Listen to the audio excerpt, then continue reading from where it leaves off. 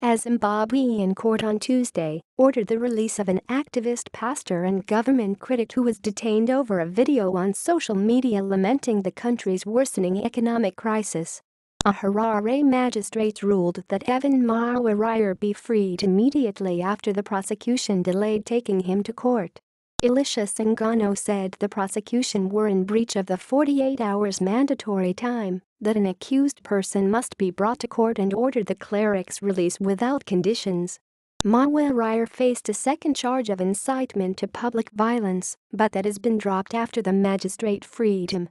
The pastor is already on trial in the High Court, where he pleaded not guilty on Monday to charges of trying to remove President Robert Mugabe's government from power. If he is found guilty, he could face up to 20 years in prison. The charges stemmed from his involvement in organizing a crippling strike in July last year that shut down major cities and paralyzed public transport, prompting the government to ban public protests. Police arrested a 40-year-old during a church service on Sunday, a day after he posted the video criticizing the dire economic conditions in the country.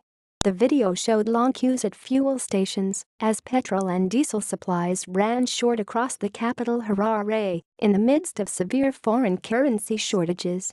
Zimbabwe is battling an economic meltdown and is suffering from a shortage of foreign currency despite the adoption of the US dollar and other currencies to stem hyperinflation. Last year the country introduced bond notes, a quasi-currency which was pegged to the US dollar in an attempt to stem the crisis. But the bond notes have not eased the country's cash crunch.